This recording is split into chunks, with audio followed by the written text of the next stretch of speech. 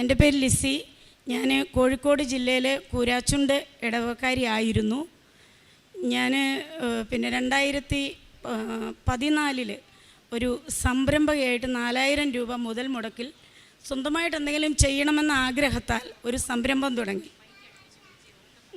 സ്വന്തമായിട്ട് എന്തെങ്കിലും ഒരു ബിസിനസ് ചെയ്യണം എന്നുള്ള ആഗ്രഹത്താൽ ഞാനൊരു 4000 രൂപ മുതൽ മുടക്കി ഒരു മെഴുകുതിരി നിർമ്മാണം തുടങ്ങി. അത് നല്ല രീതിയിൽ മുമ്പോട്ട് പോയി.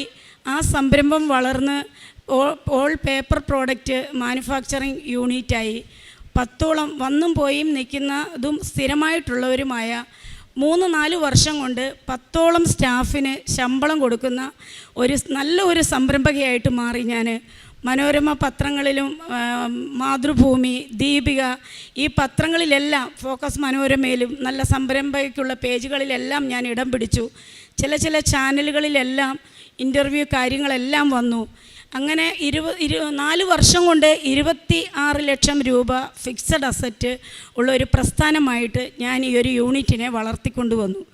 ആ ഒരു സമയത്താണ് എനിക്ക് വർക്കിംഗ് ക്യാപിറ്റലിൻ്റെ കൂടുതലായിട്ട് വേണ്ടി വന്നു. ഞാൻ ചിന്തിച്ചു, ഒരു പാർട്ട്ണർഷിപ്പ് വേണം, എങ്കിലേ എനിക്ക് ഈ ഒരു സംരംഭം മുമ്പോട്ട് കൊണ്ടുപോകാൻ പറ്റുള്ളൂ. ആ ചിന്ത വന്നത് എൻ്റെ ജീവിതത്തിൻ്റെ തകർച്ചയുടെ ആരംഭമായിരുന്നു. അങ്ങനെ 1-2 പേര് കമ്പനി വന്ന് കണ്ടു. പാർട്ട്ണർഷിപ്പ്, ഫിക്സഡ് അസറ്റും എക്യുപ്മെൻറ്റ്സും ഒക്കെ കൂടി 26 ലക്ഷം രൂപ വിലയിട്ടു. 13 ലക്ഷം രൂപ 2 ഗഡുക്കളായി അവരെ എനിക്ക് തരാൻ തീരുമാനിച്ചു. ആദ്യത്തെ ടൈമിൽ 13 ലക്ഷം രൂപ തന്നു. 13 ലക്ഷം രൂപ തന്നില്ല, 6 ലക്ഷം രൂപ തന്നു. രണ്ടാമത് അതിൻ്റെ ബാലൻസ് എമൗണ്ട് തന്നപ്പോൾ ഞാൻ ആ പ്രോഡക്റ്റുമായിട്ട് 2 ആഴ്ച കൂടുമ്പം ശിവകാശിയിൽ നിന്നാണ് പർച്ചേസ് ചെയ്യുന്നത്. ഞാൻ ഒറ്റയ്ക്കാണ് പോകുന്നത്. അവിടെ പോയി 10 ടണ്ണ് വീതം പേപ്പർ, വാഴയില, പേപ്പർ പ്ലേറ്റ്, ഗ്ലാസ്, എല്ലാ ഐറ്റംസിൻ്റെ റോ മെറ്റീരിയൽസ് 10 ടണ്ണിൻ്റെ ഒരു വണ്ടിക്ക് കയറ്റിവിടും. ഈ യാത്രയിൽ എൻ്റെ കയ്യിൽ നിന്നും പണനഷ്ടമുണ്ടായി. അങ്ങനെ യാത്രയിൽ ഈ പണം നഷ്ടപ്പെട്ടു. എന്ത് ചെയ്യണമെന്നറിയാതെ ഞാൻ നിന്നു. പക്ഷേ ആ സമയത്ത് എന്തോ ഇത്ര പേര് തൊഴിലാളികൾ നിൽക്കുന്നു, എനിക്ക് ഇത്രയും കഷ്ടപ്പെട്ട് ഞാൻ വളർത്തിക്കൊണ്ട് വന്ന ഒരു സ്ഥാപനം, എൻ്റെ ഒരു ഓവർ കോൺഫിഡൻസ് എന്തോ ആകാം, നഷ്ടപ്പെട്ട പൈസ ഇവിടെ ഒരു ദിവസം ഞാൻ അവിടെ വെയിറ്റ് ചെയ്ത് എന്ത് ചെയ്യണമെന്നറിയാതെ സമാനമായ തുക എൻ്റെ ഫ്രണ്ട്സിൻ്റെയും മറ്റുള്ളവരുടെ കയ്യിൽ നിന്നെല്ലാം ഞാൻ കളക്ട് ചെയ്ത് അവിടുന്ന് ലോഡ് എടുത്തു പോന്നു. പക്ഷേ ഈ പാർട്ട്ണർഷിപ്പ് വന്നവരോട് എനിക്കിത് തുറന്നു പറയാൻ പറ്റിയില്ല. കാരണം പറയണ്ട എന്ന് വിചാരിച്ചു. പറഞ്ഞാൽ ഇത് ഏത് രീതിയിൽ എടുക്കും, എൻ്റെ മകനോട് മാത്രം ഞാൻ പറഞ്ഞു. അങ്ങനെ ഇവർ ഏത് രീതിയിൽ എടുക്കും എന്ന് എനിക്കറിയില്ല. ഇങ്ങനെ എൻ്റേതായ ബുദ്ധി കൊണ്ട് ഞാൻ ഒരു അതിബുദ്ധി എന്നേ എനിക്കത് പറയാൻ പറ്റുള്ളൂ. അവിടുന്ന് മേടിച്ച് ഇവിടെ കൊടുത്ത്, ഇവിടുന്ന് മേടിച്ച് അവിടെ കൊടുത്ത്, എങ്ങനെയൊക്കെയോ കാര്യങ്ങൾ കൈവിട്ടു പോയി. ആദ്യത്തെ 1 മാസം ഇവർക്ക് ലാഭം കൊടുത്തു, 2ാമത്തെ മാസം പകുതി ലാഭം കൊടുത്തു, 3ാമത്തെ മാസമായപ്പോഴത്തേക്കും എനിക്കൊന്നും കൊടുക്കാൻ വയ്യാതെ വന്നു. 6 മാസത്തോളം അവർ വെയിറ്റ് ചെയ്തു. അതിനുശേഷം അവർ വന്നു, കമ്പനി വന്നു, ഇത് സാധിക്കില്ല, സ്റ്റാഫുകളെല്ലാം ജോലി ചെയ്യുന്നുണ്ട്, ഇനി ഈ സ്ഥാപനം ഇങ്ങനെ മുന്നോട്ട് പോകാൻ പറ്റില്ല, അതുകൊണ്ട് നിങ്ങളിവിടെ നിന്ന് ഇറങ്ങിത്തരണം എന്നെന്നോട് പറഞ്ഞു. അപ്പം ഞാൻ കാലുപിടിച്ച് പറഞ്ഞു, നിങ്ങളോട് തുറന്ന് പറയാത്തത് എൻ്റെ തെറ്റാണ്, മാനേജ് ചെയ്യാമെന്ന് ഞാൻ വിചാരിച്ചു. അപ്പോൾ പറഞ്ഞു, അത് സാധിക്കില്ല, ഈ സ്ഥാപനത്തിൽ നിന്ന് നിങ്ങൾ ഇറങ്ങിത്തരണം, ഈ സ്ഥാപനം ഞങ്ങൾക്ക് ഞങ്ങൾ മുടക്കിയ മുതൽ ഞങ്ങൾക്ക് കിട്ടണമെങ്കിൽ ഈ സ്ഥാപനം നിങ്ങൾ എഴുതി തരണമെന്ന് പറഞ്ഞു. അങ്ങനെ എൻ്റെ കയ്യിൽ നിന്ന് താക്കോല് വാങ്ങി സ്റ്റാഫൊക്കെ നോക്കി നിൽക്കുവാണ്. ഞാനൊരു കുറ്റവാളിയെപ്പോലെ ഞാൻ അവിടെ നിൽക്കുവാണ്. കാല് പിടിച്ച് പറഞ്ഞു, എനിക്ക് ഇനിയും ജീവിതം ഉണ്ടെങ്കിൽ, എന്നെ വിശ്വാസം ഉണ്ടെങ്കിൽ, എൻ്റെ അധ്വാനം, എൻ്റെ എഫർട്ട് കൊണ്ട് നഷ്ടപ്പെടുത്തിയ 13 ലക്ഷത്തിൻ്റെ ഇരട്ടി നിങ്ങൾക്ക് ലാഭമുണ്ടാക്കി തരാൻ പറ്റും. ഒരവസരം എനിക്ക് തരണം. ആ കൂടെ ഒരു പ്രാർത്ഥനയിൽ രൂപയിൽ നടക്കുന്ന ഒരാളും ഉണ്ടായിരുന്നു. അദ്ദേഹമാണ് ഏറ്റവും കൂടുതൽ മുൻകൈ എടുത്ത് തന്നെ ഇറക്കി വിടാൻ. ഞാൻ കണ്ണുനീരോടുകൂടി ഞാൻ അവിടുന്ന് പുറത്തിറങ്ങി. എൻ്റെ ആധാർ കാർഡ്, പാൻ കാർഡ് എല്ലാം കമ്പനിയിലാണ്, ബാങ്ക് പാസ്ബുക്ക് ഒന്നും എടുക്കാൻ ഇവർ സമ്മതിച്ചില്ല. പുറത്തിറങ്ങിയപ്പോൾ എന്നോട് പറഞ്ഞു, നിങ്ങളുടെ പാസ്പോർട്ട് വേണം. ഞാൻ 2008 ഫ്രാൻസിൽ ജോലി ചെയ്തതാണ്. അപ്പോൾ എനിക്ക് ആമവാദം വന്നു. അവിടുത്തെ ക്ലൈമറ്റുമായിട്ട് എനിക്ക് ജോലി ചെയ്യാൻ പറ്റാതെ വന്നിട്ടാണ് ഇവിടെ. അന്ന് ഹസ്ബൻഡിനൊരു ആക്സിഡൻറ്റ് വന്നിട്ട് എല്ലാം പോയി, സമ്പാദ്യമെല്ലാം പോയിരുന്നു. അങ്ങനെയാണ് ഈ 4000 രൂപ തുടങ്ങിയത് ഈ പ്രസ്ഥാനം. അങ്ങനെ ഞാൻ ഇറങ്ങിയപ്പോൾ ഇവർ പറഞ്ഞു, പാസ്പോർട്ട് കൊണ്ട് തരണം, ഇല്ലെങ്കിൽ നീ ഇവിടുന്ന് മുങ്ങും. അപ്പം എനിക്ക് ബുദ്ധി പോയില്ല. പാസ്പോർട്ട് കൊടുത്താൽ ഞാൻ ഈ കടം എങ്ങനെ വീട്ടും? പക്ഷേ ആ സമയം ചിന്തിക്കാനുള്ള ഒരു മനസ്സെനിക്ക് വന്നില്ല. ഞാൻ വീട്ടിൽ പോയി പാസ്പോർട്ട് എടുത്ത് കൊണ്ടുവന്ന് അതും കൂടി ഇവർക്ക് കൊടുത്തു. അതിനുശേഷം ഞാൻ വെറും കൈയോട് കൂടി ആ സ്ഥാപനത്തെ തിരിഞ്ഞു നോക്കി. എൻ്റെ സ്റ്റാഫ് എല്ലാവരും പുറത്തിറങ്ങി എന്നെ ഇങ്ങനെ നോക്കി നിൽക്കുന്നു. അവർക്ക് ആർക്കും ശബ്ദിക്കാൻ വയ്യ. അവർ പക്ഷം പറയാൻ വന്നവരോട് നിങ്ങൾ തരുമോ ഈ പൈസ? മുതലും അവരുടെ ലാഭവും എല്ലാം കൂടെ കൂട്ടി 21 ലക്ഷം രൂപ കണക്കെഴുതി വെച്ചിട്ടുണ്ട്. അപ്പോൾ അവരും അവിടെ നിശബ്ദമായി. ഞാൻ അങ്ങനെ എൻ്റെ വീട്ടിൽ വന്നു. വീട്ടിൽ വന്നു കഴിഞ്ഞപ്പോൾ ബാധ്യതയുള്ളവരൊക്കെ വീട്ടിലേക്ക് വരാൻ തുടങ്ങി. 1 മാസം ഞാൻ വീട്ടിൽ താമസിച്ചു. ഹസ്ബൻഡും അമ്മായിയമ്മയും പ്രശ്നങ്ങൾ തുടങ്ങി. വീട്ടിൽ പൈസ അവരെ ഒരിക്കലും കുറ്റം പറയാൻ പറ്റില്ല. അവരുടെയും സ്വസ്ഥത നഷ്ടപ്പെട്ടു. ഞാനാണെങ്കിൽ ഒരു റൂമിൽ കയറി ലൈറ്റ് പോലും ഇടാതിരിക്കുന്നു. പുറത്തേക്ക് ഇറങ്ങി വരുന്നില്ല. പൈസ കൊടുക്കാനുള്ളവർ വീട്ടിൽ വരുന്നു. അവരും മടുത്തു. ആഹാരം കഴിക്കാൻ സാധിക്കാത്ത ഹസ്ബൻഡ് ഒരുവിധം നല്ല മദ്യപാനിയാണ്. ഒരു 100 രൂപ എൻ്റെ കുഞ്ഞുങ്ങൾക്ക് കൊടുക്കണമെങ്കിൽ ഞാൻ കൊടുക്കണം. അങ്ങനെ ഞാൻ വീട്ടിൽ വന്നു. ഇവർ ഉറങ്ങും. അമ്മ കുറച്ച് റഫായിട്ടാണ് പെരുമാറുന്നത്. ആഹാരം കഴിക്കാൻ നേരം ആകുമ്പോൾ എവിടുന്നെങ്കിലും വരും. ഒരു ദിവസം ആഹാരം കഴിക്കാൻ ഞാൻ ചെന്നപ്പം ഇങ്ങനെ പറഞ്ഞപ്പോൾ ഞാൻ കാത്തിരിക്കും ഉറങ്ങാൻ വേണ്ടി. അന്നുവരെ ആ കുടുംബത്തെ സംരക്ഷിച്ചതാണ് ഞാൻ. ഒരുപക്ഷെ ക്ഷമിക്കണം എനിക്ക്. ഇത് പറഞ്ഞാലേ എൻ്റെ ഇനി പിന്നെ ഇത് പൂർത്തിയാകുള്ളൂ. ഈ സാക്ഷ്യം പൂർത്തിയാകും. അതുകൊണ്ടാണ് ഞാനിത് പറയുന്നത്. എല്ലാവരും കേൾക്കുമല്ലോ, അതുകൊണ്ടാണ് അത് പറയുന്നത്. അപ്പം ഞാൻ ഉറങ്ങാൻ പാത്രത്തിൻ്റെ ഒച്ച കേൾപ്പിക്കാതെ ചോറെടുത്ത് അടുക്കള വശത്തു കൂടി മുറ്റത്ത് പോയിരുന്ന് കഴിച്ച് ശബ്ദം കേൾക്കാതെ കഴുകി വെച്ചിട്ട് ഞാൻ പോയി കിടക്കും. ഇങ്ങനെയായി കഴിഞ്ഞു. സഹി കേട്ടു. അമ്മ പറഞ്ഞു ഇവിടുന്ന് ഇറങ്ങിയേ മതിയാവൂ. ഒരു ദിവസം രാത്രി 12 മണിയായി. സന്ധ്യയ്ക്ക് 7:30 തുടങ്ങിയ വഴക്കാണ്. ഒരു 12:30 ആയപ്പം അമ്മ 2 ബാഗിൽ ഡ്രസ്സ് എടുത്തു. നീ ഇവിടുന്ന് ഇറങ്ങിയില്ലെങ്കിൽ ഞാൻ ഇറങ്ങും. ഞാൻ പറഞ്ഞു നേരം വെളുക്കുന്നവരെ ഞാൻ കിടന്നോട്ടെ, രാവിലെ ഞാൻ സമാധാനം ഉണ്ടാക്കാം. പറ്റില്ല, ഇപ്പോൾ ഇറങ്ങണം. അല്ലെങ്കിൽ ഞാൻ ഇറങ്ങുമെന്ന് അമ്മ മുറ്റത്തിറങ്ങി. ഞാൻ ചിന്തിച്ചു, വയസ്സായ അമ്മ ഇറങ്ങിയാൽ എല്ലാവരും എന്നെ കുറ്റപ്പെടുത്തും. അമ്മ പോകണ്ട, ഞാൻ പോകാമെന്ന് പറഞ്ഞ് വേഗം എനിക്കന്നേരം ഡ്രസ്സ് എന്തെടുക്കണോ എന്നുള്ള ഒരു തോന്നിയില്ല. ഞാൻ വേഗം മുറ്റത്തേക്ക് ഇറങ്ങിക്കഴിഞ്ഞാണ് വിചാരിക്കുന്നത് ഡ്രസ്സ് എടുക്കണമല്ലോ എന്ന്. തിരിച്ച് ഡ്രസ്സ് എടുക്കാൻ കിടന്ന് നോക്കുമ്പോൾ ഹസ്ബൻഡ് പറഞ്ഞു നീ ഇട്ട വസ്ത്രത്താൽ ഇവിടുന്ന് ഇറങ്ങണം, ഞങ്ങൾക്ക് സമാധാനമായിട്ട് ജീവിക്കണം. ഞാൻ കരഞ്ഞു പറഞ്ഞു എനിക്ക് ഒരു ജോഡി ഡ്രസ്സ് മാറിയിടാൻ വേണം. സമ്മതിച്ചില്ല. മക്കൾ 2 പേരും ഉറങ്ങുവാണ്, പിള്ളേരറിയുന്നില്ല. ഞാൻ അവിടുന്ന് ഇറങ്ങി. അവർ വാതിലടച്ചു, ലൈറ്റ് ഓഫ് ചെയ്തു. മുറ്റത്തിൻ്റെ തൊട്ട് താഴെ ഒരു സ്ഥലമുണ്ട്, ഒരു പാറയൊക്കെ ആയിട്ട്. ഇപ്പുറത്തൂടെ വഴിയാണ്. ഞാൻ അവിടെ പതുങ്ങിയിരുന്നു. കാരണം ആൾക്കാർ അങ്ങനെ അങ്ങോട്ടും ഇങ്ങോട്ടും പോകും വരുമൊക്കെ ചെയ്യുന്നുണ്ട്. കാണണ്ട ടോർച്ചിൻ്റെ വെളിച്ചം കാണുമ്പോൾ ഞാൻ കുറച്ചും കൂടി കുനിഞ്ഞിരിക്കും. കാരണം ഇവിടെ ഇരിക്കുന്നത് എന്താണെന്ന് ചോദിക്കുമല്ലോ. ഒരുവിധം 4:30 വരെ ഞാൻ നേരം വെളുപ്പിച്ചു. 4:30 ആയപ്പം പതുക്കെ നടന്നു.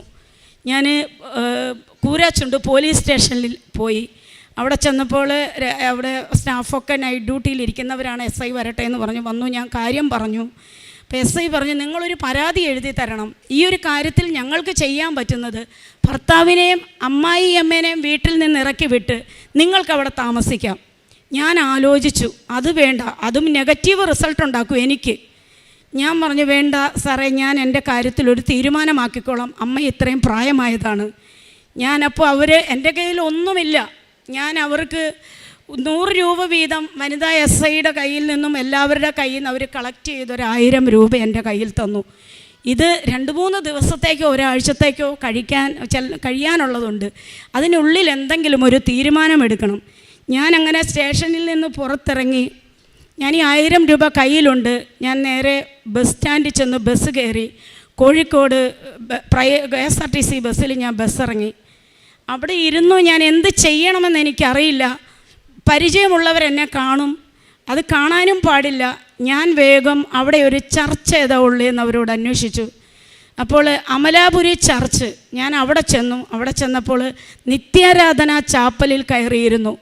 അവിടെ കയറിയിരുന്നത് പ്രാർത്ഥിക്കാൻ വേണ്ടിയല്ല, എനിക്കാരും കാണരുതെന്നെ, അതിനു വേണ്ടിയിട്ടാണ് ഞാൻ അവിടെ കയറിയിരിക്കുന്നത്.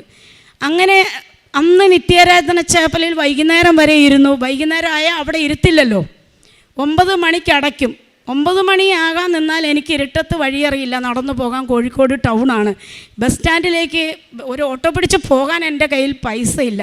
ഈ തന്ന 1000 രൂപ സൂക്ഷിച്ച് ചിലവാക്കിയില്ലെങ്കിൽ എനിക്ക് എത്ര ദിവസം ഇങ്ങനെ ജീവിക്കണം എന്നറിയില്ല. ആത്മഹത്യ ചെയ്യാനാണ് തീരുമാനം. ഏത് രീതിയിൽ മരിക്കാൻ നോക്കിയിട്ട് മരിച്ചില്ലെങ്കിൽ അതും പ്രശ്നം. അതുകൊണ്ട് പെട്ടെന്ന് മരിക്കുന്ന ഒരു വഴി തിരഞ്ഞെടുക്കാൻ വേണ്ടി രാവിലെ ഞാൻ നിത്യാരാധന ചാപ്പലിൽ പോയിരിക്കും. പ്രാർത്ഥിക്കുന്നൊന്നുമില്ല. കുറേ ആൾക്കാർ വന്നു പോകും, കുറച്ച് ഉറങ്ങും. വൈകുന്നേരം ഒരു ദിവസം KSRTC ബസ് സ്റ്റാൻഡിൽ വെയിറ്റിംഗ് റൂമിലിരിക്കും. അതിൻ്റെ പിന്നെ വേറൊരു ദിവസം റെയിൽവേ സ്റ്റേഷനിലേക്ക് നടക്കും, അവിടുത്തെ വെയിറ്റിംഗ് റൂമിലിരിക്കും. 3-ാം ദിവസം ഇട്ട ഡ്രസ്സ്, നമ്മൾ സ്ത്രീകൾക്കറിയാം ഒരു ദിവസം ഡ്രസ്സ് മാറിയില്ലെങ്കിൽ നമ്മുടെ ഒരു അവസ്ഥ. പക്ഷെ ഞാൻ അതിനെക്കുറിച്ചൊരു ബോധവതിയല്ല. ഞാൻ വിചാരിച്ചു മാവേലി എക്സ്പ്രസ് വരും, അതിനു മുമ്പിൽ ചാടിയാൽ വേദന അറിയാതെ ഒരു സെക്കൻഡ് കൊണ്ട് തീരും. ഞാനപ്പോൾ ഒരു പേപ്പറും പേനയും മേടിച്ചു. എൻ്റെ മകന് കത്തെഴുതി, സർക്കാരിന് കത്തെഴുതി, എൻ്റെ സ്ഥാപനം പിടിച്ചു വെച്ചവർക്ക് കത്തെഴുതി. എൻ്റെ മക്കൾക്ക് ഈ ബാധ്യത വരാത്ത രീതിയിൽ എന്തെങ്കിലും ചെയ്യണം. ഇൻഷുറൻസൊക്കെ ഉണ്ട് കമ്പനിക്ക്. ഞാൻ അങ്ങനെ കത്തെഴുതി. ഞാൻ വൈകുന്നേരം മാവേലി എക്സ്പ്രസ് വരുമ്പം ചാടാൻ കണക്കാക്കി നിൽക്കും. ആലപ്പുഴ റൂട്ടിന് പോകുന്ന ട്രെയിനാണ്. ഞാൻ ഇരുട്ടത്ത് മാറി ഒരു ബെഞ്ചിലിരുന്നു. കണ്ണുനീരോട് കൂടി എൻ്റെ മക്കളെ മനസ്സിൽ വിചാരിക്കുന്ന, എനിക്ക് കരയുന്നില്ല, ശരിക്കും ചിരിച്ചുകൊണ്ടാണ് ഞാൻ ഈ സാക്ഷ്യം പറയുന്നതാണ്. ഇന്നിവിടെ ഞാൻ നിൽക്കാൻ അനുഭവം ഉണ്ടായത് എല്ലാം നഷ്ടപ്പെട്ടതുകൊണ്ടാണ്. ഞാൻ അങ്ങനെ അവിടെ ഇരുന്നു. ഒരു 7:45 7:30 ഒരു ചേച്ചി വന്നു. അന്ന് കൃപാസനം എന്ന് പറയുന്നത് അത്ര പ്രശസ്തിയില്ല. ഈ ഒരു ചേച്ചി വന്ന് ഒരു പത്രവും കൊണ്ട് വന്നു. എന്നോട് പറഞ്ഞു, മോളെ ഈ കരഞ്ഞുകൊണ്ടിരിക്കുമല്ലേ, ഈ പത്രം വായിക്കുന്നത്. ഞാൻ ദേഷ്യപ്പെട്ടു. ഈ പത്രം വായിക്കാനുള്ള മാനസികാവസ്ഥയല്ല എനിക്ക്, നിങ്ങൾ നിങ്ങളുടെ വഴിക്ക് പോകുന്നു ഞാൻ പറഞ്ഞു. ഞാൻ അവിടെ ഇരുന്നു. 9 മണി കഴിഞ്ഞു. ട്രെയിൻ വരുന്ന സമയം ഏകദേശം ആയി വരുന്നു. ഞാൻ തയ്യാറെടുക്കുവാണ്. ആദ്യത്തെ അനൗൺസ് കേട്ടു. ഈ ചേച്ചി എൻ്റെ തൊട്ട് സൈഡിൽ നിൽക്കുവാണ്. ചേച്ചി തൊട്ടപ്പുറത്തെ കസേരയിൽ ഈ പത്രം വെച്ചു. മോളെ, ഞാൻ പോയിട്ട് എനിക്ക് സമാധാനമില്ല. ഈ പത്രം ഞാനിവിടെ വെച്ചിട്ട് പോവുകയാണ്. ഈ പത്രം മോൾക്കൊരു ഉത്തരം തരും. മോൾ കരയുമല്ലേ, മനസ്സുണ്ടെങ്കിൽ ഇതെടുത്ത് വായിക്കൂ. ഞാൻ നോക്കിയില്ല, അവരെ നോക്കിയില്ല. എൻ്റെ ലക്ഷ്യം മുഴുവൻ റെയിൽവേ പാളത്തിലാണ്. വരുമ്പോൾ ചാടണം. ഉന്നം തെറ്റിപ്പോയാൽ പിന്നെ എല്ലാവരും കൂടി എന്നെ തല്ലിക്കൊല്ലും, പൈസ കൊടുക്കാനുള്ളവരൊക്കെ. ഞാനപ്പോൾ എന്ത് ചെയ്തു, ഒരു 2 മിനിറ്റ് കഴിഞ്ഞപ്പോൾ എൻ്റെ ശ്രദ്ധ ഈ പത്രത്തിലേക്ക് വന്നു. വെറുതെ ഞാൻ ഈ പത്രം കയ്യിലെടുത്തു. ആദ്യം നോക്കുമ്പോൾ സാക്ഷ്യങ്ങൾ, ക്യാൻസർ സുഖപ്പെട്ടു, കടബാധ്യത മാറി, പല കാര്യങ്ങൾ. 1 പേജ് വായിച്ചു, 2 പേജ് വായിച്ചു. ട്രെയിൻ വന്ന് നിന്നു. ചാടാൻ പറ്റിയില്ല. ട്രെയിൻ അവിടെ വന്ന് നിന്നു. ഞാൻ അപ്പോഴാണ് വിചാരിച്ചത് എൻ്റെ ഉദ്ദേശം ഇവിടെ നഷ്ടപ്പെട്ടു. അപ്പോൾ ഞാൻ എന്ത് ചെയ്തു എന്ന് ചോദിച്ചാൽ, എനിക്ക് ഈ പത്രത്തിൻ്റെ ലാസ്റ്റ് പേജ് നോക്കി, ഇതെവിടെയാണ്. അപ്പോൾ കൃപാസനം. അപ്പോൾ ഞാൻ ഒത്തിരി ബൈബിൾ വായിക്കുന്ന, അപ്പോൾ പുറപ്പാടിൻ്റെ പുസ്തകത്തിൽ ഒത്തിരി കൃപാസനം. അപ്പോൾ എൻ്റെ മനസ്സിലേക്ക് അത് വന്നു. ഈ കൃപാസനം എന്ന് ഞാൻ എവിടെയൊക്കെ കേട്ടിട്ടുണ്ട്. അപ്പോൾ അഡ്രസ്സ് നോക്കുമ്പോൾ കലവൂരൊന്നും എനിക്കറിയില്ല. ആ സമയം ഈ 1000 രൂപ കയ്യിലുള്ളതിൽ നിന്ന് എൻ്റെ ഇളയ കൊച്ചിന് പനി വന്നപ്പോൾ ഞാൻ എന്ത് ചെയ്തു, KSRTC ബസ്സിന് 100 രൂപ കയ്യിൽ വെച്ചിട്ട് ബാക്കി കൊടുത്തു വിട്ടു. മകന് ഹോസ്പിറ്റലിൽ കൊണ്ടുപോകാൻ. അങ്ങനെ 100 രൂപ എൻ്റെ കയ്യിലുള്ളൂ. 20 രൂപ ഒരു വെള്ളവും ഒരു പഴം പൊരിയും വാങ്ങി ഞാൻ ടിക്കറ്റ് എടുക്കാതെ ഈ ട്രെയിനിൽ കയറി. ഇതെങ്ങോട്ട്, ആലപ്പുഴ വഴിക്ക്. ഞാൻ ഈ നമ്പറിൽ വിളിച്ചിട്ട് ഇവിടെ ഫോൺ എടുക്കുന്നില്ല, കാരണം അത്ര രാത്രിയായല്ലോ. ഞാൻ ആലപ്പുഴ ഇറങ്ങി റെയിൽവേ സ്റ്റേഷനിൽ ഞാനവിടെ ഇരുന്നു. രാവിലെ ആയപ്പം ഫോൺ എടുക്കുന്നില്ല. 8:30 മണി കഴിഞ്ഞപ്പോൾ ഫോൺ എടുത്തു. ഞാൻ അവിടെ നിന്ന് അഡ്രസ്സൊക്കെ പറഞ്ഞു തന്നു, എവിടെ ഇറങ്ങണമെന്ന് പറഞ്ഞു തന്നു. കയ്യിൽ 80 രൂപയേ ഉള്ളൂ. ഞാൻ ഇവിടെ വന്നിറങ്ങുമ്പോൾ ഒരു ബ്രദർ ഫ്രണ്ടിൽ ഇരിപ്പുണ്ട്, ഒരു ചെയർ. അന്നൊരു ചെയറിട്ട് കുറച്ച് ഉടമ്പടി പത്രിക പച്ച വെച്ചിട്ട് അവിടെ ഇരിപ്പുണ്ട്. ഞാൻ ചോദിച്ചെങ്ങനെയൊക്കെയാണ് ഇവിടുത്തെ കാര്യങ്ങൾ. ബ്രദർ പറഞ്ഞു, ഉടമ്പടി എടുക്കണം, ചില്ലറ പൈസകളൊക്കെ വേണം. എൻ്റെ കയ്യിൽ 80 രൂപയേ ഉള്ളൂ. ഞാൻ പറഞ്ഞു, എൻ്റെ കയ്യിൽ പൈസ ഇല്ലല്ലോ ബ്രദറെ എന്ന് പറഞ്ഞു. അപ്പോൾ ബ്രദർ പറഞ്ഞു, അവിടെ ഓഫീസിൽ ചെന്ന് പറയൂ. ഞാൻ ഓഫീസിൽ ചെന്ന് പറഞ്ഞു, എൻ്റെ കയ്യിൽ പൈസ ഇല്ല, എനിക്ക് ഉടമ്പടി എടുക്കണം.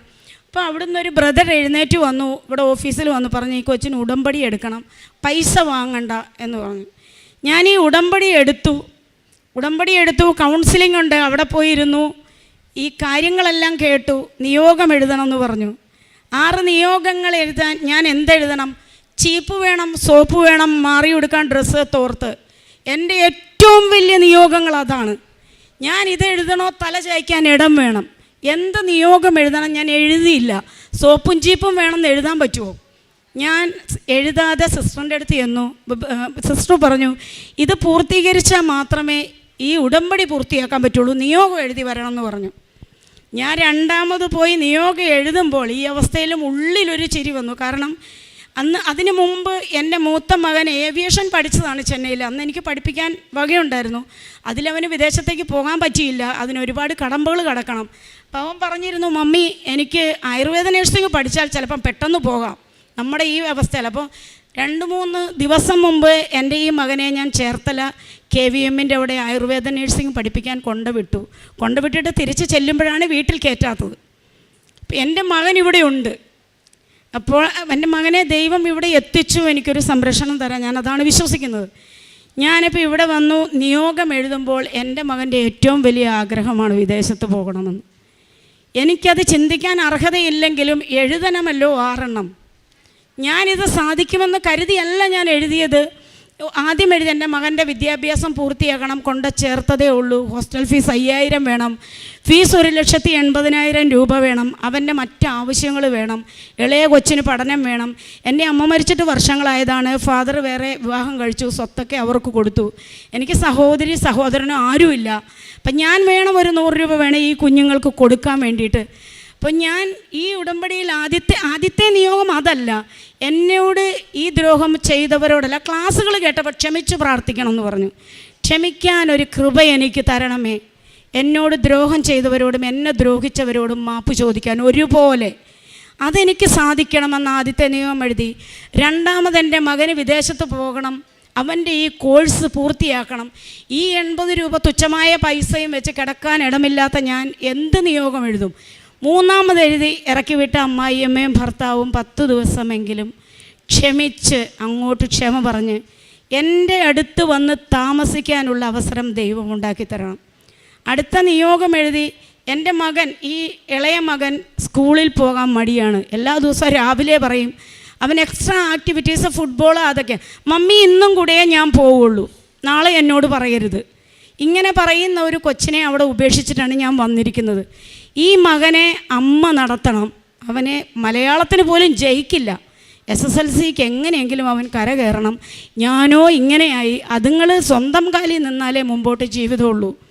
അങ്ങനെ നിയോഗങ്ങളെല്ലാം പൂർത്തീകരിച്ചു. ഞാൻ കൊണ്ട് സിസ്റ്ററിൻ്റെ അടുത്തുകൊണ്ട് കൊടുത്തു, പ്രാർത്ഥിച്ചു, തിരിച്ചു വന്നു. നല്ല പനി തുടങ്ങി, വിറയ്ക്കുന്നുണ്ട്. ഒരു പുതപ്പ് കിട്ടിയാൽ കൊള്ളാമെന്നൊക്കെ ഉണ്ട്. ഞാൻ ആ സമയത്ത് ഉടമ്പടി പൂർത്തീകരിച്ച് പോകാൻ ഇടമില്ലല്ലോ. എന്ത് ചെയ്യുമെന്ന് ആലോചിച്ച് അവിടെ ഒരു സിമെൻറ്റിൻ്റെ ഒരു സംഭവം കെട്ടിയിട്ടിട്ടുണ്ട്, അവിടെ കയറിയിരുന്നു. എന്താ ചെയ്യുക? ഇന്നോ നന്ദി ഉറങ്ങിയേ പറ്റൂ, പനിയുണ്ട്, ഗുളികയില്ല, ഒന്നുമില്ല. മാതാവിനോട് നോക്കി പറഞ്ഞു, എന്തായാലും ഞാൻ ഉടമ്പടി എടുത്തു, കേൾക്കാൻ പറ്റാത്ത നിയോഗങ്ങളും എഴുതിയിട്ടുണ്ട്, ഇതൊന്നും വേണ്ട എനിക്ക്. തൽക്കാലം ഇന്ന് എനിക്ക് തല ചായ്ക്കാൻ ഒരിടം തരണം മാതാവേ എന്നും പറഞ്ഞ് കണ്ണുനീരൊഴുക്കി. ഞാൻ കണ്ണടച്ച് പ്രാർത്ഥിച്ച് 3 മിനിറ്റ് കഴിഞ്ഞില്ല, ഒരു ചേച്ചി എൻ്റെ നേരെ നടന്നു വന്നു. എന്നോട് ചോദിച്ചു, എല്ലാവരും പോയല്ലോ, എന്താണ് പോകാത്തത്? ഞാൻ പറഞ്ഞു, ഞാൻ കോഴിക്കോട് നിന്ന് വരുന്നതാണ്, എനിക്ക് ഇന്ന് പോകാൻ പറ്റില്ല. ഈ കഥകൾ പറഞ്ഞാൽ വീട്ടിൽ കയറ്റില്ല, തൽക്കാലം ഒന്ന് കിടക്കണം, എൻ്റെ കൂടെ പോരെ നീ. ചേച്ചി പറഞ്ഞു. അവരുടെ വീട്ടിൽ പോയി പാരസിറ്റമോൾ തന്നു. ഉടമ്പടി പ്രാർത്ഥന തുടങ്ങിയില്ല, കുമ്പസാരം നടത്തിയിട്ട് വേണമല്ലോ തുടങ്ങാൻ. ഞാൻ ഇവിടെ വന്നു. പിറ്റേ ദിവസം ഒരു പേപ്പറും പേനയൊക്കെ കൊണ്ടാണ് വന്നത്. ഞാൻ ആദ്യം തൊട്ട് ഒരു വിശുദ്ധ കുമ്പസാരം നടത്തി. കാരണം എൻ്റെ ഓർമ്മ വെച്ച കണ്ണു തുറന്ന കാലം മുതൽ ഞാൻ എന്തൊക്കെയാണോ ചെറിയ ഒരു മാങ്ങ കാണാതെ എടുത്ത തെറ്റുകൾ മുതൽ ഞാൻ ഈ പേപ്പറിൽ എഴുതി വെച്ചു. ഞാൻ കുമ്പസാരത്തിന് 1.5 മണിക്കൂർ സമയം കരഞ്ഞു കുമ്പസാരിച്ചു. അച്ഛൻ എന്നോട് പറഞ്ഞ്, കുമ്പസാര കൂട്ടിൽ വെച്ച് ഒരു അത്ഭുതം നടക്കും. അങ്ങനെ കുമ്പസാരിച്ച് കഴിഞ്ഞപ്പോൾ എന്തൊക്കെയോ ഭാരം ഇറങ്ങിപ്പോയി. അങ്ങനെ ആണ് ഞാൻ ഈ ചേച്ചിയുടെ വീട്ടിൽ ചെന്ന് പിറ്റേ ദിവസം വന്നു. പിറ്റേ ദിവസം എനിക്ക് പോകാൻ സ്ഥലമില്ലല്ലോ, അവിടെ അങ്ങനെ നിൽക്കാൻ പറ്റില്ലല്ലോ. ഞാൻ ചിന്തിച്ച്, ഇവിടെ കഞ്ഞിയുണ്ട്, ആ സമയത്ത് കഞ്ഞി കൊടുക്കുന്നുണ്ട്, ഉച്ചയ്ക്ക് ഇവിടുത്തെ കഞ്ഞി കിട്ടും, രക്ഷപ്പെട്ടു. രാവിലെയും വൈകിട്ടും വേണ്ട, ഇവിടെ വെള്ളമുണ്ട് അവിടെ വെള്ളമുണ്ട്, അതൊക്കെ കുടിച്ച് അന്നത്തെ ദിവസമാകും. വൈകുന്നേരം ആകുമ്പോൾ ആലപ്പുഴ റെയിൽവേ സ്റ്റേഷനിൽ ലേഡീസിൻ്റെ വെയിറ്റിംഗ് റൂമിൽ പോയിരിക്കും. ഡ്രസ്സില്ല. ഈ 80 രൂപയും തീരാൻ പോവാണ്. 20 രൂപ. ഇവിടെ വന്നപ്പോൾ ഇവിടെ ഞാൻ ചില ആൾക്കാരോടൊക്കെ കൈ നീട്ടി വാങ്ങും. എനിക്കൊരു 20 രൂപ തരുമോ, ആഹാരം കഴിക്കാനല്ല വണ്ടിക്ക് പോകാനാണ്.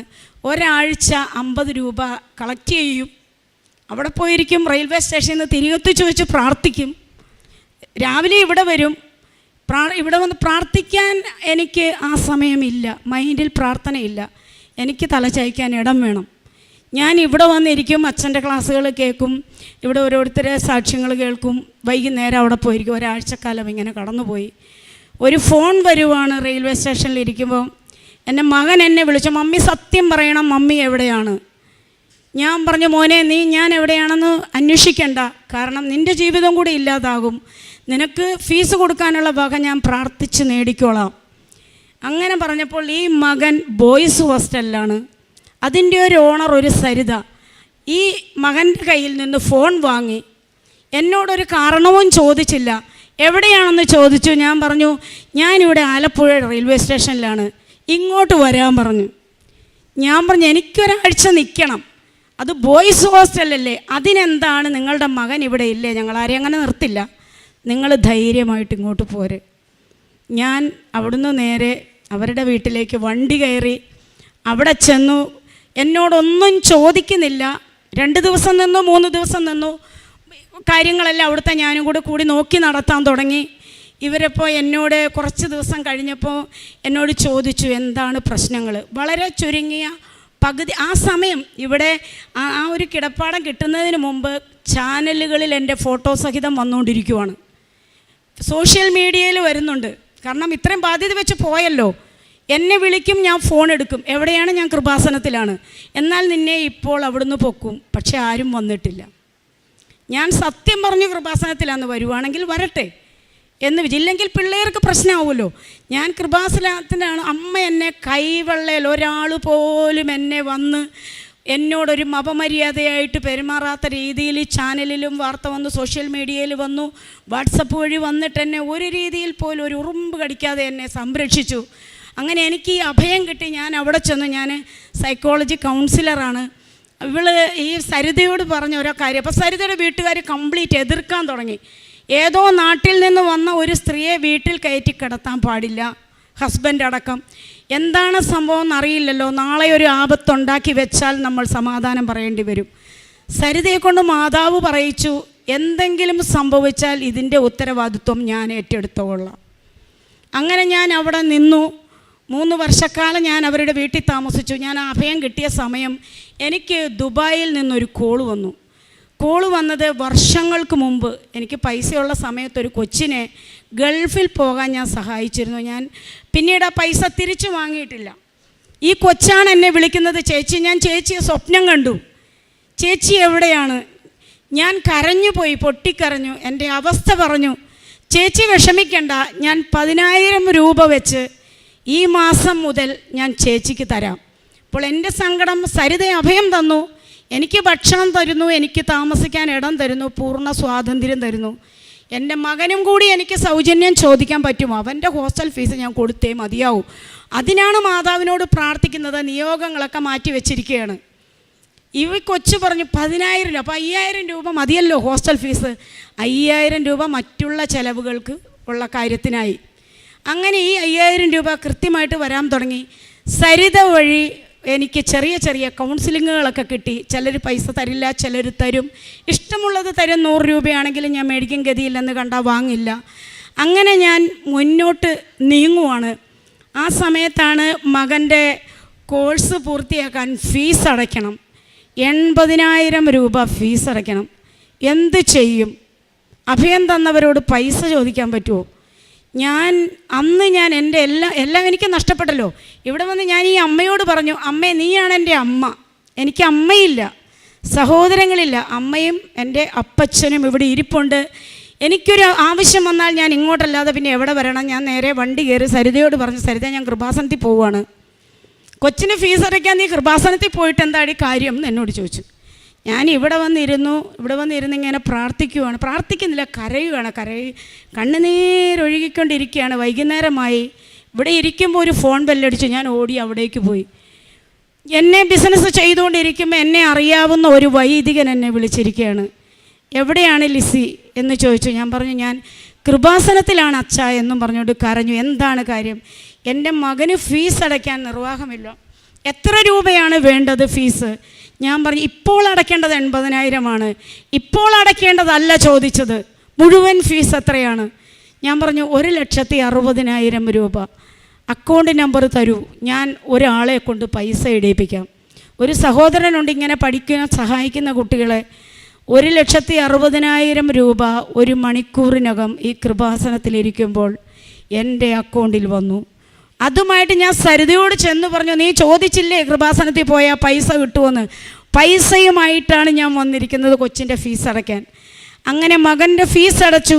അവൻ്റെ കോഴ്സ് കഴിഞ്ഞ് അവൻ്റെ ഏറ്റവും വലിയ ആഗ്രഹമാണ് വിദേശത്ത് പോകണം, ഏവിയേഷൻ്റെ ജോലി നേടണം, ആയുർവേദ നഴ്സിങ്ങിൻ്റെ. ഇവൻ പലതരത്തിലും അന്വേഷിച്ചു.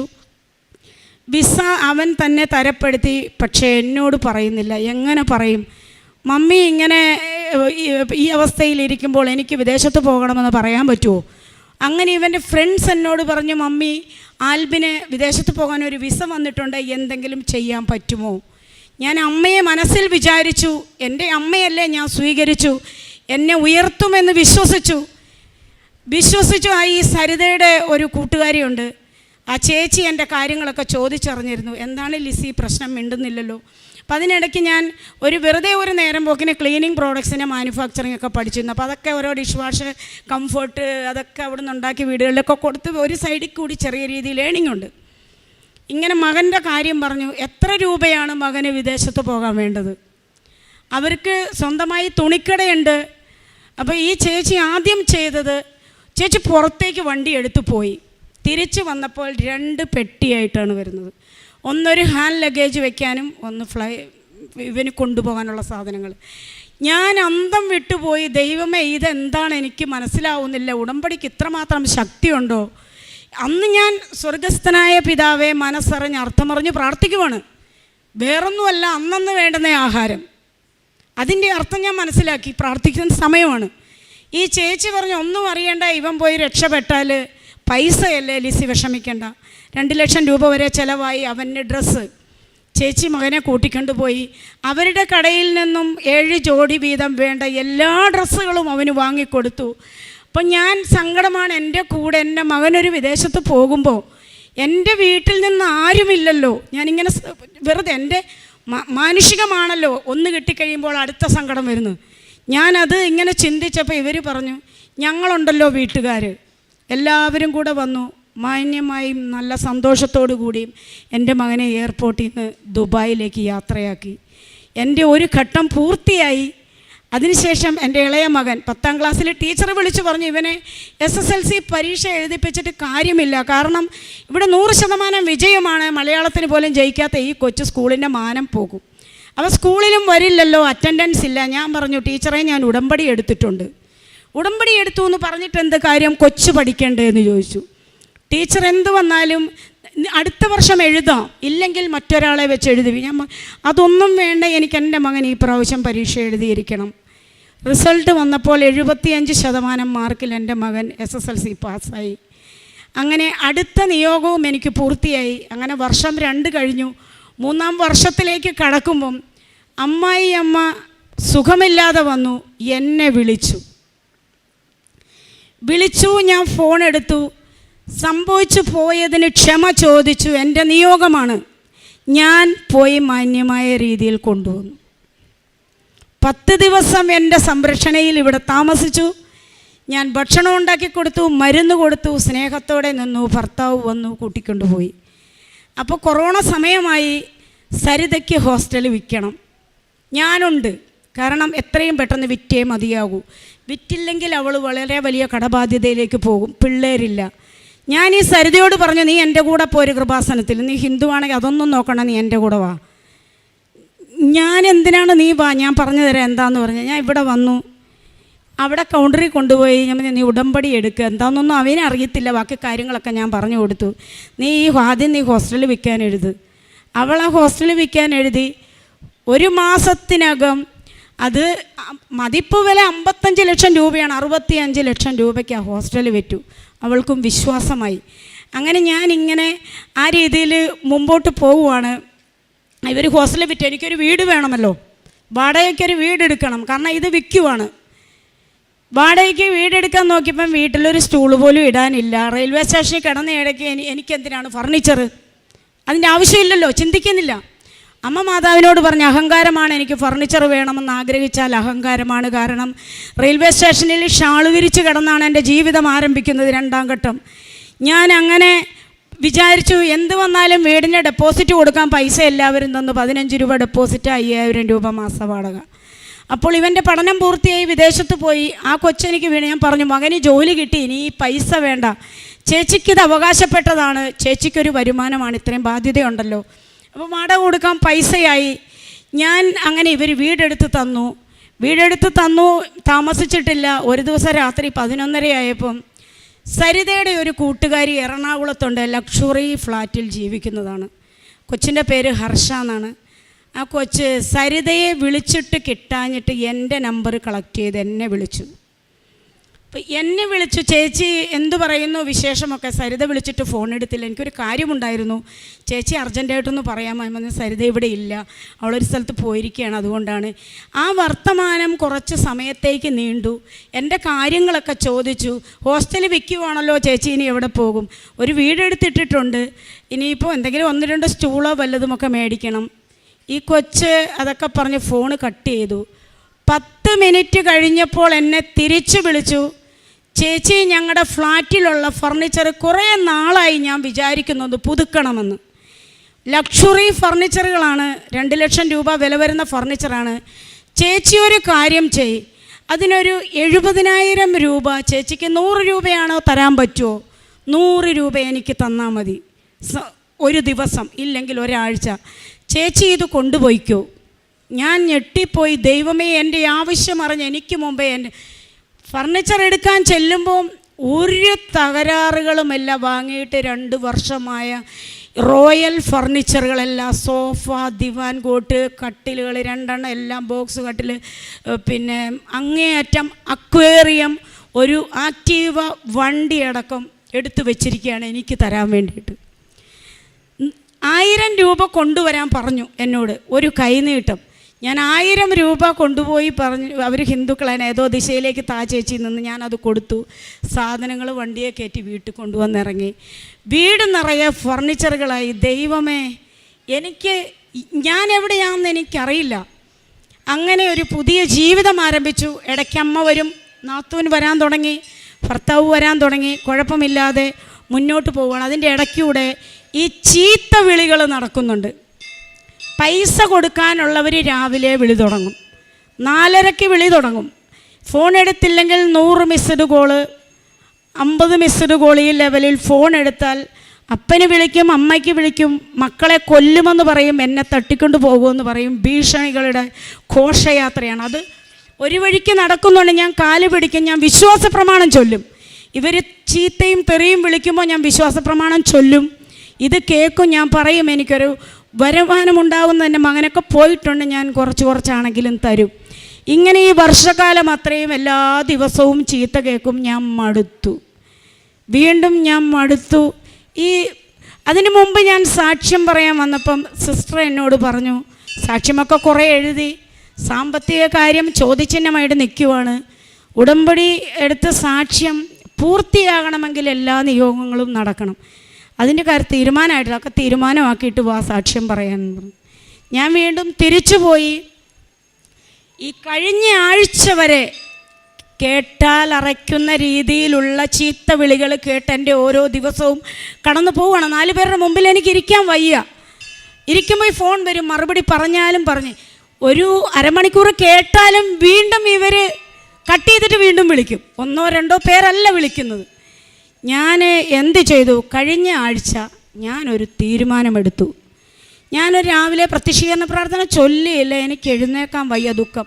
2 പേരാണെങ്കിൽ ആത്മഹത്യ ചെയ്യും, വിഷം മേടിച്ച് വീട്ടിൽ ഞാൻ താമസിക്കുന്നിടത്ത് വരും. ആ ഒരു ലെവലിലൊക്കെയുള്ള സംസാരങ്ങൾ. വീണ്ടും ഞങ്ങൾ എൻ്റെ ഒരു ഫോട്ടോ വാട്സപ്പിലിട്ട് ഇപ്പോഴും കിടപ്പുണ്ട്. ഈ ഫോട്ടോ വെച്ചാണ് രണ്ടാമത് ഞങ്ങൾ പണി തുടങ്ങും. അങ്ങനെ പറഞ്ഞു. ഞാൻ എന്ത് ചെയ്തു? പ്രത്യക്ഷീകരണ പ്രാർത്ഥന 11 മണിയായിട്ടും ചൊല്ലിയില്ല. 11 മണിയായപ്പോൾ ഞാൻ നീലത്തിരി കത്തിച്ച് വെച്ച് പ്രത്യക്ഷീകരണം ചൊല്ലി. അതിനിടയ്ക്ക് എനിക്ക് കണ്ണിനൊരസുഖം വന്നു. കണ്ണ് പുറത്തേക്ക് ഉന്തി വീർത്തിരിക്കുകയാണ്. ആമവാദത്തിൻ്റെ അസുഖം അധികരിച്ച് അതൊരു 3rd സ്റ്റേജ് ആകുമ്പോൾ കണ്ണിന് എഫക്റ്റ് ചെയ്യും. അപ്പം അത് കണ്ണ് ദ്രവിച്ചു പോകാനുള്ളൊരു ഘട്ടം ആരംഭമാണ്. സ്ക്ലീറൈറ്റിസ് എന്ന് പറഞ്ഞ അസുഖമാണ്. അതിന് മെഡിസിൻ കഴിക്കുമ്പോൾ ബൈസിലോൺ എന്ന് പറഞ്ഞൊരു ടാബ്ലറ്റാണ്. അത് കഴിക്കുമ്പോൾ ഡയബറ്റിക് വരും. 3 നേരവും ഇൻസുലിൻ എടുക്കണം. ഞാൻ ആ ടാബ്ലറ്റ് കഴിക്കൽ നിർത്തി. അങ്ങനെ കണ്ണിനൊരസുഖം. എൻ്റെ മുഖത്തേക്ക് നോക്കാൻ ആൾക്കാർക്ക് ഭയമാണ്. കാരണം കണ്ണ് ഫോട്ടോയുണ്ട്. കഴിഞ്ഞ ആഴ്ച വരെ എൻ്റെ ആ കണ്ണിങ്ങനെയാണ് ഇരുന്നത്. കരിനീല കളറിൽ ഒരാൾക്ക് എൻ്റെ മുഖത്തേക്ക് നോക്കാൻ പേടിയാണ് ഈ കണ്ണ്. ഞാൻ അങ്ങനെ വേദനയുണ്ട്. എനിക്ക് ലൈറ്റ് ഇടത്തില്ല, വെയിലടിക്കത്തില്ല, സൂര്യപ്രകാശത്തെ നോക്കത്തില്ല. ആൾക്കാർക്ക് പേടി, ഇത് പകരുന്ന രോഗമാണോ, കണ്ണി സുഖമാണോ. പോട്ടെ, ഞാൻ എന്ത് വന്നാലും ഈ പറഞ്ഞു നിർത്തിയിരുന്നും തുടങ്ങുവാണ്. പ്രത്യക്ഷീകരണ പ്രാർത്ഥന തിരികെത്തിച്ചു. അത് ചൊല്ലി അതിനുശേഷം വൈകുന്നേരം ഒന്നും ആകാൻ കാത്തില്ല. അപ്പം തന്നെ ഞാൻ സായാഹ്ന പ്രാർത്ഥന ചൊല്ലി മാതാവിൻ്റെ മുമ്പിൽ നിന്ന് ഞാനൊരു തീരുമാനമെടുത്തു. ഞാനിപ്പോൾ പോയി കിടക്കാൻ പോവുകയാണ്.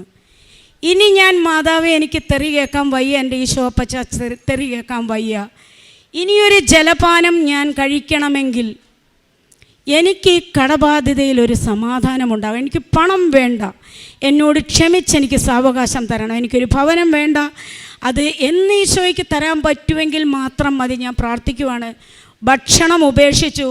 ഒന്നുകിൽ എൻ്റെ ജീവൻ എടുക്കണം, നിത്യതയിലേക്ക് പോകാൻ അർഹതയുണ്ടെങ്കിൽ പോകണം, ഇല്ലെങ്കിൽ എനിക്ക് മറുപടി തരണം. ഞാൻ കട്ടിലേ പോയി കിടന്നു. ആദ്യത്തെ ദിവസം കിടന്നു, വലിയ ക്ഷീണമൊന്നുമില്ല. അവിടെ തന്നെ കിടന്നു, തിരിയുന്നു മറിയുന്നു ഒന്നുമില്ല. മുകളിലേക്ക് നോക്കി കിടക്കുവാണ്. കണ്ണുനീരൊഴുകുന്നു, കോളുകൾ വരുന്നു, ഞാൻ എടുക്കുന്നില്ല. 2ാമത്തെ ദിവസവും ഇങ്ങനെ തന്നെ കടന്നുപോയി. വൈകുന്നേരമായപ്പോൾ എൻ്റെ നാവൊക്കെ അല്പം കുഴയാൻ തുടങ്ങി. തീരുമാനമാകട്ടെ, പതുക്കെ ഇറങ്ങിപ്പോയി പുറത്തെ ഗേറ്റ് പൂട്ടി. ആരും കയറി വരണ്ട, എനിക്കിനി തെറി കേൾക്കാൻ വയ്യ. മക്കളെ കൊല്ലും, ഇളയ മകനെ കൊല്ലുമെന്ന് ഭീഷണിപ്പെടുത്തുന്നു. അവന് നൊന്താലേ നീ വരുവുള്ളൂ എന്ന് പറയുന്നു. വേണ്ട, ഞാൻ ഉള്ളത് കൊണ്ടല്ലേ എന്ന് വിചാരിച്ച് ആത്മഹത്യ ചെയ്യില്ല. ഞാൻ ഭക്ഷണം കഴിക്കാതെ എൻ്റെ ജീവൻ ഇങ്ങനെ പോകാനാണ്. ഈശോയ്ക്ക് ഇഷ്ടമെങ്കിൽ നടക്കട്ടെ എന്ന് വിചാരിച്ച് ഞാൻ അവിടെ കിടന്നു. 3-ാം ദിവസം രാവിലെ പ്രത്യക്ഷീകരണ പ്രാർത്ഥന ചൊല്ലാൻ നാവ് ചലിക്കുന്നില്ലെങ്കിലും ഒരു നീലത്തിരി മനസ്സിൽ സങ്കല്പിച്ചുകൊണ്ട് ഞാൻ പതിയെ ചൊല്ലിക്കഴിഞ്ഞപ്പോൾ പെട്ടെന്ന് എൻ്റെ മനസ്സിലേക്ക് ഒരു കാര്യം വന്നു. ഞാനൊരു ഉടമ്പടി ധ്യാനം കേട്ടിരുന്നു. ജോസഫ് അച്ഛൻ പറയുവാണ്, മനുഷ്യന് അസാധ്യമായ കാര്യങ്ങളിലെ ദൈവം ഇടപെടുകയുള്ളൂ. മനുഷ്യനെ കൊണ്ട് സാധിക്കുന്ന കാര്യങ്ങളും കൊണ്ട് ഉടമ്പടി എടുക്കാൻ വന്നാൽ അതിന് കാലതാമസം നേരിടും. ദൈവത്തിന് ജോലി വേണ്ടേ? ദൈവത്തിന് ജോലി വേണമെങ്കിൽ മനുഷ്യർക്ക് ചെയ്യാൻ പറ്റുന്ന കാര്യമാണെങ്കിൽ അവിടെ ദൈവം പെട്ടെന്ന് ഇടപെടി. ഈ ഒരു കാര്യം എൻ്റെ മനസ്സിലേക്ക് ഓടി വന്നു. ഞാൻ എനിക്ക് എഴുന്നേക്കാൻ വയ്യ. വളരെ തളർന്ന അവശതയായി ഞാൻ വലിഞ്ഞെഴുന്നേറ്റ് ഒരു പേനയും പേപ്പറും എടുത്തു. ലൂക്ക 18:27 എനിക്ക് എഴുതാൻ പറ്റുന്നില്ലെങ്കിൽ പോലും മനുഷ്യനാൽ അസാധ്യമായത് ദൈവത്തിന് സാധ്യമാണ്. ജോസഫ് അച്ഛൻ പറഞ്ഞല്ലോ, മനുഷ്യന് സാധിക്കാത്ത കാര്യമാണെങ്കിൽ മാത്രം ദൈവം അവിടുന്ന് പെട്ടെന്ന് ഉടമ്പടിക്ക് മറുപടി കിട്ടും. ഇങ്ങനെ പറഞ്ഞല്ലോ എന്ന് വിചാരിച്ച് കുറേ എന്തൊക്കെയോ എഴുതി വെച്ചു. ഞാൻ വീണ്ടും കിടന്നു. എൻ്റെ ഫോണിൽ കോള് വരാൻ തുടങ്ങി. ഞാൻ എടുക്കുന്നില്ല, കാരണം ചീത്ത കേൾക്കും. കൊച്ചു വോയിസ് അയച്ചൊരു പെങ്കൊച്ചാണ്, അവൾക്ക് കുറച്ച് ലക്ഷങ്ങൾ കൊടുക്കാനുണ്ട്. ചേച്ചി ഫോൺ എടുത്തില്ലെങ്കിൽ ഞാൻ ഇപ്പോൾ ചേച്ചി എവിടെയാണെങ്കിലും വരും. പേടിച്ചിട്ട് ഞാൻ ഫോൺ എടുത്തു. ചേച്ചി പൈസ ചോദിക്കുക, തലേ ദിവസം വിഷം മേടിച്ച് വെച്ച പൈസ തരാനാണ് ചേച്ചി വിളിക്കുന്നത്. ഞാൻ ചോദിച്ചേ, പൈസ തരാനോ? എനിക്ക് തെറ്റിപ്പോയതാണെന്ന് ഞാൻ വിചാരിച്ചു. കാരണം ഭക്ഷണമില്ല, വെള്ളമിറങ്ങുന്നില്ല, അബ്നോർമലായ ഒരവസ്ഥയിൽ ഞാൻ ചോദിച്ചു, പൈസ തരാനോ? എന്താണ്? അതേ ചേച്ചി, എനിക്കെന്താണെന്നറിയില്ല ചേച്ചി, ഇത്രയും ദിവസം ചേച്ചിയെ തെറി വിളിച്ചതാണ് ഞാൻ. പക്ഷേ ഇന്നലെ മുതൽ ആരോ എൻ്റെ മനസ്സിൽ വന്ന് പറയുന്നു, കുറച്ച് പൈസ കിട്ടിയാൽ ഈ ചേച്ചി രക്ഷപ്പെടും. കൊടുക്കാനുള്ളവർക്കൊക്കെ 1000 രൂപ വെച്ചാണെങ്കിലും കൊടുത്താൽ ചേച്ചി തിരിച്ചു തരുമെന്നൊരു ബോധ്യം വരും. അതുകൊണ്ട് ചേച്ചി, എനിക്ക് എന്ത് ചെയ്യണമെന്നറിയില്ല, ഈ പൈസ ഞാൻ തരണ്ട എന്ന് മനസ്സ് പറയുമ്പോഴും എനിക്ക് പൈസ ചേച്ചിക്ക് കൊടുക്കാൻ എൻ്റെ മനസ്സിലിരുന്ന് ആരോ പറയുന്നു, ചേച്ചി ഒരു കാര്യം ചെയ്യ്, നാളെ ചേച്ചി വയലാറിന് വാ, ഞാനൊരു ഹെൽമറ്റ് കൊണ്ടുവരാം, നമുക്കൊരു സ്ഥലം വരെ പോകാം, ചേച്ചി നാളെ വാ. 11 മണിയാകുമ്പം ചാടി എഴുന്നേറ്റ് ഒരു ഗ്ലാസ് വെള്ളം എടുത്ത് കുടിച്ചു. നൊയമ്പൊക്കെ തുറക്കുന്നത് പോലെ ഞാൻ ഭക്ഷണം കഴിച്ച് വെള്ളം കുടിച്ച് യുദ്ധം അവസാനിപ്പിച്ചു. ഈശോയും ഞാനുമായിട്ടുള്ള യുദ്ധം അവസാനിപ്പിച്ചു. ഇത് വിശ്വസിക്കാൻ വയ്യ, ഇങ്ങനെ ഇരിക്കുവാണ് ഞാൻ. ദൈവമേ, ഇതെന്തൊരു അത്ഭുതം! ആത്മഹത്യ ഭീഷണി മുഴക്കിയ കൊച്ച് പൈസ തരാമെന്ന് പറയുന്നു. ഒരു 3-4 മണിക്കൂർ കഴിഞ്ഞപ്പോൾ അടുത്ത കോള് വന്നു. എന്തായാലും ഞാൻ ചാടിയെടുത്തു. ഫോൺ വെക്കല്ലേ. എന്നെ എല്ലാ ദിവസവും അപ്പനും അമ്മയ്ക്കും വിളിക്കും. ലിസിയോട് ക്ഷമിക്കാൻ എൻ്റെ മക്കൾ പറഞ്ഞു. ഇനി പൈസ ചോദിച്ച് ആ ചേച്ചിയെ ബുദ്ധിമുട്ടിക്കരുത്, സാധിക്കുമ്പോൾ താ. ദൈവമേ, എനിക്കെന്ത് വേണം? ആ സമയമാണ് ഞാൻ വിചാരിക്കുന്നത്, ഇത്രയും നിയോഗങ്ങൾ സാധിച്ചു തന്നല്ലോ, അഭിഷേകത്തിലിരിക്കുവാണ് ഞാൻ. കാരണം സ്വപ്നത്തിൽ പ്രതീക്ഷിക്കാത്ത കാര്യങ്ങളാണ്. ഓരോരുത്തരും വിളിക്കുന്നു, പൈസ കൊടുക്കാനുള്ളവർ വിളിക്കുന്നു, സ്നേഹത്തോടെ സംസാരിക്കുന്നു, പുറത്തിറങ്ങണം, പുതിയ കാര്യങ്ങളിൽ ഏർപ്പെടണം, ബാധ്യത തീർക്കാൻ പറ്റും. അതിനിടയ്ക്ക് വേറൊരു കാര്യം പറയാനുണ്ട്, ഇളയ മകൻ്റെ, അത് പിന്നെ പറയാം.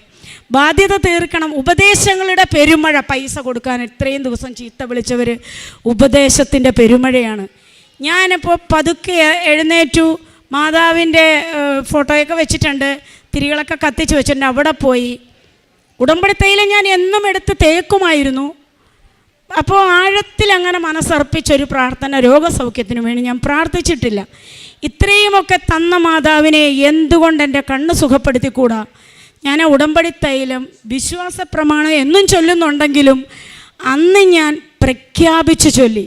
ഈശോയുടെ കുരിശുമരണവും ഉയർപ്പുമെല്ലാം മനസ്സിലേറ്റു പറഞ്ഞ് പ്രഖ്യാപിച്ച് വിശ്വാസ പ്രമാണം ചൊല്ലി. ഇവിടെ എൻ്റെ ഫോണിൽ ഫോട്ടോയുണ്ട്. ഈ 5 ദിവസം മുമ്പ് എൻ്റെ കണ്ണ് ഏത് രൂപത്തിലായിരുന്നു എന്നും ഇപ്പോൾ ഏത് രൂപത്തിലായിരുന്നു എന്നും ഒരാൾ പോലും എൻ്റെ മുഖത്ത് നോക്കില്ലായിരുന്നു. ഈ ഉടമ്പടി തൈലം എടുത്തു തേച്ചു, പ്രാർത്ഥിച്ചു, എൻ്റേതായിട്ടുള്ള കാര്യങ്ങളിൽ കുളിച്ചു, കാര്യങ്ങളൊക്കെ ചെയ്തു. ചെറിയ രീതിയിലൊരു കാപ്പി ഇട്ടു, കുടിച്ചു. രാവിലെ പോകണം. അപ്പോൾ കൊച്ചിൻ്റെ പേര് സോഫി എന്നാണ്. ഒന്നുകൂടി സോഫിയെ വിളിച്ചു. ആരോഗ്യം വന്നപ്പം കളിയാക്കാൻ പറഞ്ഞതാണോ? അല്ല ചേച്ചി, ചേച്ചിക്ക് പൈസ തരാം, ചേച്ചി വാ നാളെ. അങ്ങനെ ഞാൻ ഇതിങ്ങനെ ഉടമ്പടി തൈലമൊക്കെ തേച്ചു. രാത്രി കിടന്നുറങ്ങി. നേരം വെളുത്തപ്പോൾ ഞാൻ മറന്നുപോയി കണ്ണിൻ്റെ കാര്യം. തൈലം തേച്ചതൊക്കെ മറന്നു. കാരണം സോഫിയുടെ അടുത്തേക്ക് പോകാനുള്ള ഒരുക്കങ്ങളാണ്. സമയം നോക്കിയിട്ട് സമയം പോകുന്നില്ല. ഞാൻ കുളിയൊക്കെ കഴിഞ്ഞ് വന്നപ്പോൾ എനിക്ക് തോന്നി കണ്ണിന് വേദന ഉണ്ടായിരുന്നല്ലോ, വെളിച്ചത്തെനിക്ക് നോക്കാൻ പറ്റുന്നില്ലായിരുന്നല്ലോ. ഓടിപ്പോയി കണ്ണാടി എടുത്ത് നോക്കി, എൻ്റെ കണ്ണ് സൗഖ്യപ്പെട്ടിരിക്കുന്നു. കണ്ണിന് ഒരു നേരിയ ചുമപ്പ് മാത്രമേ ഈ സൈഡിലുള്ളൂ. നീര് മാറി, വേദനയില്ല. ഏത് കണ്ണിന് ഇവിടെയൊക്കെ ഞാൻ തൊട്ട് നോക്കി. പരിപൂർണ സൗഖ്യം പ്രാപിച്ചു. പിറ്റേ ദിവസം അന്ന് തന്നെ ഞാൻ സോഫിയെ പോയി കണ്ടു. 60,000 രൂപ അന്ന് എനിക്ക് തന്നു. ബാക്കി പൈസ 40,000 രൂപ ഇന്ന് തന്നു. 1,00,000 രൂപ തികച്ച ഇത്രയും ദിവസം ചീത്ത വിളിച്ചുകൊണ്ടിരിക്കുന്ന ആ കൊച്ചെനിക്ക് തന്നു. ചില്ലറ പൈസകളൊക്കെ എല്ലാവർക്കും കൊടുത്തു. ഇനി ഞങ്ങൾ പൈസ ചോദിക്കില്ല, സാധിക്കുമ്പോൾ ഇങ്ങോട്ട് വിളിച്ച് താ എന്ന് പറഞ്ഞു. ഞാൻ നിങ്ങളോട് പറയാണ്, എനിക്കൊന്നുമില്ല. എനിക്കെൻ്റെ ഇല്ലായ്മകൾ ഇപ്പോൾ എൻ്റെ മനസ്സിലില്ല. എനിക്കെന്തില്ല എന്ന് ഞാൻ ചിന്തിക്കുന്നില്ല. എനിക്കെന്തുണ്ട് എന്ന് മാത്രമേ എൻ്റെ മനസ്സിലുള്ളൂ. അതിനുശേഷം ഈ ഇളയ മകൻ, അവന് ഞാൻ ഇവിടെയാണല്ലോ, ഇളയ മകൻ SLC ഒക്കെ പാസ്സായി, +2 പോകുന്നു. ഞാൻ വിചാരിച്ചു അമ്മ പ്രായമായി, അമ്മയ്ക്ക് ആഹാരം വെച്ച് കൊടുക്കാനുള്ള പ്രാപ്തിയൊക്കെ ഏറെക്കുറെ വയ്യ. അപ്പം കണ്ണിന് ഇച്ചിരി പ്രശ്നമുണ്ട്. പൈസയുടെ ബാധ്യതകൾ അവിടെയുള്ളത് കൊണ്ട് കുടുംബത്തെ ഇവിടെ കൊണ്ടുവരാൻ പറ്റില്ല. അവരവിടെ ഉള്ളത് കൊണ്ടാണ് പല രീതിയിലും ചെറിയ രീതിയിൽ കാര്യങ്ങൾ പോകുന്നത്. വീണ്ടും ഞാൻ ഇവിടെ വന്നു. എൻ്റെ മകന് എന്തെങ്കിലും ഒരു നല്ല വഴിയിലേക്ക് എൻ്റെ മകനെ വിടണം. ഈ മോൻ എന്നോട് പറഞ്ഞു, മെൽബിൻ എന്നാണ് പേര്, മമ്മി എനിക്ക് സ്കൂബ ഡൈവിങ് പഠിക്കാനാണ് ഇഷ്ടം. സ്കൂബ ഡൈവിങ് കോഴ്സിനെ കുറിച്ച് ചിലർക്കെങ്കിലും അറിയുമായിരിക്കും. ആഴക്കടലിൽ ഓക്സിജനൊക്കെ വെച്ച് പോയി മുങ്ങൽ വിദഗ്ധനെന്ന് വേണമെങ്കിൽ പറയാം. അത്രയും വലിയൊരു കോഴ്സ് എൻ്റെ മകൻ തിരഞ്ഞെടുത്തു. അപ്പം ഞാൻ നോ പറഞ്ഞില്ല. എല്ലാവരും നിരുത്സാഹപ്പെടുത്തി. കടലിനടിയിലേക്ക് നേരിട്ട് മുങ്ങുന്ന വിദേശികൾ മാത്രം പഠിക്കുന്ന ഒരു കോഴ്സാണ്. കേരളക്കാർ വളരെ കുറവാണ്. ഇത് മാത്രമേ ഉള്ളൂ മോനെ കറിയാൻ. എനിക്കത് മതി മമ്മി. അവൻ നീന്താൻ ഭയങ്കര മിടുക്കനാണ്. അങ്ങനെ അവൻ ആ കോഴ്സിന് പോയി. ഇൻഡിപെൻഡൻസ് ഡേയുടെ അന്ന് ഇന്ത്യ ഗവർണറുടെ കയ്യിൽ നിന്ന് അവൻ ഡയറക്റ്റ് 40 മീറ്റർ അച്ചീവിന് ഒരു അവാർഡ് വാങ്ങി. ആ മകൻ 40,000 രൂപ സാലറിയിൽ ഡൈവ് മാസ്റ്ററായിട്ട് കർണാടകയിൽ 18 വയസ്സിൽ ഉദ്യോഗസ്ഥനായി. ഈ വിഷുവിൻ്റെ അന്ന് എൻ്റെ മകൻ ജോലിക്ക് കയറി. എൻ്റെ 2 മക്കളും ജോലി കിട്ടി. ഒരുപാട് ശമ്പളം, ഒരുപാട് കാര്യങ്ങളല്ല. എന്നെ സംബന്ധിച്ച് എൻ്റെ മക്കൾ ഈ തോതിലൊരു 5 വർഷം ജോലി ചെയ്താൽ മാത്രമേ ബാധ്യത തീർക്കാൻ പറ്റുള്ളൂ. ഒരു ഭവനമൊന്നും എൻ്റെ മനസ്സിലില്ല. എൻ്റെ മാതാവ് എന്നെ സമൃദ്ധമായിട്ട് അനുഗ്രഹിച്ചു. ഞാൻ അർത്ഥമറിഞ്ഞ് പ്രാർത്ഥിക്കാൻ തുടങ്ങി. വിശുദ്ധ കുർബാന. എനിക്കിപ്പോൾ സങ്കടം എന്താണെന്ന് ചോദിച്ചാൽ, കഴിഞ്ഞു പോയ വർഷങ്ങളെ ഓർത്താണ് എനിക്ക് സങ്കടം. ദൈവത്തെ അറിയാതെ ജീവിച്ച വർഷങ്ങൾ നഷ്ടപ്പെട്ടതിനെ ഓർത്ത് ഞാൻ നന്ദി പറയുവാണ്. കാരണം ഈ നഷ്ടങ്ങൾ വന്നതുകൊണ്ടാണ് എനിക്കിന്ന് ഇവിടെ നിൽക്കാൻ പറ്റിയത്, ദൈവത്തെ അറിയാൻ പറ്റിയത്. ഞാൻ ഇന്ന് ചിന്തിക്കുന്ന ഈ ഭൂമിയിലെ നമ്മുടെ ജീവിതം വളരെ ചെറിയ കാലഘട്ടമാണ്. ഇവിടെ എന്തുണ്ടായാലും നമുക്ക് കാര്യമില്ല. എല്ലാവരും ഉണ്ണുന്നു, ഉറങ്ങുന്നു, മരുന്ന് വാങ്ങുന്നു, ആഡംബരം, അവസാന വിശ്രമം അവിടെയാണ്. എൻ്റെ സമ്പാദ്യം എനിക്ക് അവിടെയാണ് വേണ്ടത്, ഭൂമിയിൽ എനിക്ക് സമ്പാദ്യം വേണ്ട എന്ന് ഞാൻ തീരുമാനിച്ചു. എൻ്റെ മക്കളോട് 1 മണിക്കൂർ ഞാൻ വചനം പറയും. എന്തെങ്കിലും പറയാൻ വരുമ്പോൾ മമ്മി വയ്ക്കുമെന്ന് പറയുന്ന കുട്ടികൾ കണ്ണ് സൗഖ്യപ്പെട്ടതോടുകൂടി എൻ്റെ ഇളയ മകൻ ഇന്നലെ 1.5 മണിക്കൂർ സമയം ഞാൻ വചനം പറയുന്നത് കേട്ടിരുന്നു. ഞാൻ പറഞ്ഞു, മകൻ എൻ്റെ കൂടെ വരുമ്പോൾ കൃപാസനത്തിൽ വരണം, അമ്മയുടെ അടുത്ത് വരണം, നന്ദി പറയണം, ഒരു നേരമെങ്കിലും ഇല്ലാത്തവർക്ക് 10 രൂപ അറിഞ്ഞു കൊടുക്കണം. എൻ്റെ മക്കൾ എനിക്കൊരു കൃപ കിട്ടി. 500 രൂപയുടെ ആവശ്യമാണെങ്കിൽ ഒരു 100 രൂപയിൽ ഒതുക്കാമോ എന്ന് നോക്കും. എൻ്റെ മകന് ജോലിക്ക് കയറി, ചെരുപ്പ് വേണം. അപ്പോൾ എന്നോട് പറഞ്ഞു, മമ്മി ചെരുപ്പില്ല, മമ്മി എനിക്കൊരു 500 രൂപ ഇട്ട് തരാം മകനെ എന്ന് പറഞ്ഞ് ഇന്നലെ അവൻ എന്നോട് വിളിച്ചു പറഞ്ഞു, മമ്മി 300 മതി. ഞാനൊരു 250 രൂപയുടെ ചെരുപ്പേ വാങ്ങിയിട്ടുള്ളൂ.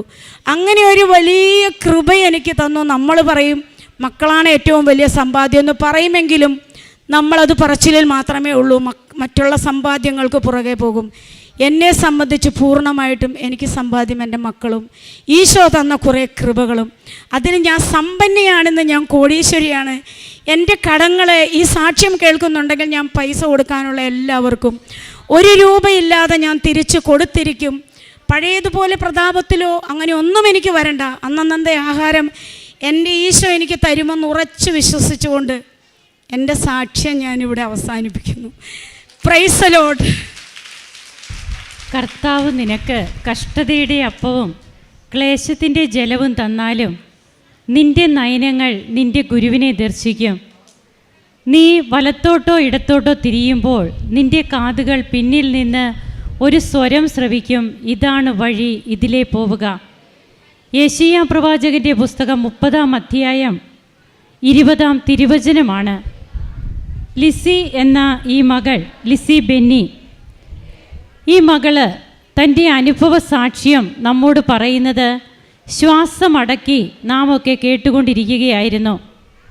ഒരു വലിയ ബിസിനസ് സംരംഭം, 4000 രൂപയിൽ തുടങ്ങിയ ഒരു ബിസിനസ് സംരംഭം, അത് ഏറ്റവും നല്ല രീതിയിൽ 25-26 ലക്ഷം രൂപ ഡിപ്പോസിറ്റ് വരുന്ന രീതിയിൽ ആക്കിയ മകള് പിന്നീട് ഒരു ഡ്രസ്സ് മാറിയിടുവാനില്ലാത്ത അവസ്ഥയിലേക്ക് വരുന്നു. അങ്ങനെയുള്ള ആ മകൾ ആത്മഹത്യക്ക് വേണ്ടിയിട്ട് മാവേലി എക്സ്പ്രസ് വരുന്നത് നോക്കി വെയിറ്റ് ചെയ്തിരിക്കുമ്പോൾ കൃപാസനത്തിൻ്റെ അമ്മ അവിടെ ചെല്ലുകയാണ്, കൃപാസന മാതാവ് അവിടെ ചെല്ലുകയാണ്. കൃപാസന പത്രം അത് വ്യക്തികളിലൂടെയാണ് നമുക്ക് കിട്ടുക, പക്ഷേ അമ്മ പറഞ്ഞു വിട്ടിട്ടാണ്. ഈ മകൾ ഇങ്ങനെയൊക്കെ പോകുന്നതും ഈ മകളുടെ ജീവിതത്തിൽ സംഭവിച്ചതുമൊക്കെ മറ്റാരേക്കാളും കൂടുതൽ കാനായിലെ കല്യാണ വിരുന്ന് മേൽത്തരം വീഞ്ഞുകൊണ്ട് സമൃദ്ധമാക്കിയ അമ്മ അറിയുന്നുണ്ട്. ആ അമ്മ അവിടെ വ്യക്തികളെ അയക്കുന്നു, കൃപാസന പത്രം അവിടെ ഒരു ഉപാധിയാകുന്നു. ഇതെല്ലാം പ്രിയപ്പെട്ടവരെ നാം കേട്ട് കഴിഞ്ഞതാണ്. എങ്ങനെ ഇന്ന് ഈ മകളുടെ കടബാധ്യതകൾ, അതായത് 4 ദിവസം മുൻപ് വരെ ഭീഷണികൾ മുഴക്കിക്കൊണ്ടിരുന്നവർ ഇന്ന് ഈ മകളോട് തിരിച്ച് അവരിങ്ങോട്ട് പൈസ കൊടുക്കുന്ന ഒരു സാഹചര്യം വരെ എത്തി. അങ്ങനെ ഈ മകൾ ഇന്ന് കടക്കെണികളിൽ നിന്നൊക്കെ മോചിക്കപ്പെട്ട് തൻ്റെ അനുഭവ സാക്ഷ്യത്തിലൂടെ എങ്ങനെ ദൈവത്തിൻ്റെ ഒരു സാക്ഷിയായിത്തീരുന്നു ഇവിടെ ആ മകൾ വന്നു ചേർന്നതും പിന്നീട് ജീവിതത്തിലുണ്ടായ ഓരോ അവസ്ഥകളും അതിന് സിസ്റ്റർ വിവരിച്ച് പറയേണ്ട കാര്യമില്ല. ഇവിടെയാണ് തിരുവചനം പറയുന്നത്, കർത്താവ് നിനക്ക് കഷ്ടതയുടെ അപ്പവും ക്ലേശത്തിൻ്റെ ജലവും തന്നാലും നിൻ്റെ നയനങ്ങൾ നിൻ്റെ ഗുരുവിനെ ദർശിക്കും. ഒരിക്കലും ഈ മകള് ഈശോയെ തള്ളി പറഞ്ഞില്ല. തനിക്ക് വേണ്ടത് സ്വർഗസ്ഥനായ ഞങ്ങളുടെ പിതാവേ എന്ന പ്രാർത്ഥന. ബഹുമാനപ്പെട്ട ജോസഫ് അച്ഛൻ നമ്മോട് പറയുന്നുണ്ട്, സ്വർഗസ്ഥനായ എൻ്റെ പിതാവേ എന്നല്ല ഈശോ പറഞ്ഞത്, സ്വർഗസ്ഥനായ ഞങ്ങളുടെ പിതാവേ. അതായത് മറ്റുള്ളവർക്ക് വേണ്ടി കൂടി നാം പ്രാർത്ഥിക്കണം, മറ്റുള്ളവർക്ക് വേണ്ടി മാധ്യസ്ഥം വഹിക്കണം. ക്ഷമിക്കുന്ന ഒരു മകള് തന്നെ 12 മണി രാത്രിയിൽ വീട്ടിൽ നിന്ന് ഇറക്കി വിടുമ്പോൾ, ഉടുതുണിക്ക് മറുതുണിയില്ലാതെ തന്നെ ഇറക്കി വിടുമ്പോൾ അവിടെ ക്ഷമിച്ച് പ്രാർത്ഥിക്കുന്ന മകള്, ആ അമ്മയെയും ഭർത്താവിനെയും വീണ്ടും പരിചരിക്കുന്ന മകള്, ഈ മകള് ഒരു നല്ല കുമ്പസാരം നടത്തുന്നു. തനിക്ക് ഒന്നുമില്ലാതെ ഇവിടെ വരുന്നു. 1.5 മണിക്കൂർ നേരത്തെ കുമ്പസാരം, തന്നെ വിശുദ്ധീകരിച്ച് ഉടമ്പടി പിന്നീട് ഈ മകൾ അങ്ങ് ജീവിക്കുകയാണ്. അങ്ങനെ ഈ മകളുടെ ജീവിതത്തിലേക്ക് എങ്ങനെയാണ് കൃപകൾ വർഷിക്കപ്പെട്ടത് നാം കേട്ട് കഴിഞ്ഞതാണ്. ഓരോ സ്റ്റെപ്പ് ബൈ സ്റ്റെപ്പായിട്ട് വളരെ നീണ്ട ഒരു സാക്ഷ്യ വിവരണമാണ്. എന്നാൽ അത് വളരെ ആത്മാർത്ഥമായിട്ട് ഈ മകൾ ഇവിടെ പങ്കുവെക്കുകയാണ്. അത് നാം കേട്ട് കഴിഞ്ഞതാണ്. നമുക്ക് കരങ്ങളടിച്ച് ഈശോയ്ക്കും അമ്മയ്ക്കും നന്ദി പറയാം, ദൈവത്തെ ആരാധിക്കാം, മഹത്വപ്പെടുത്താം. യേശുവേ നന്ദി, യേശുവേ സ്തുതി, യേശുവേ ആരാധന.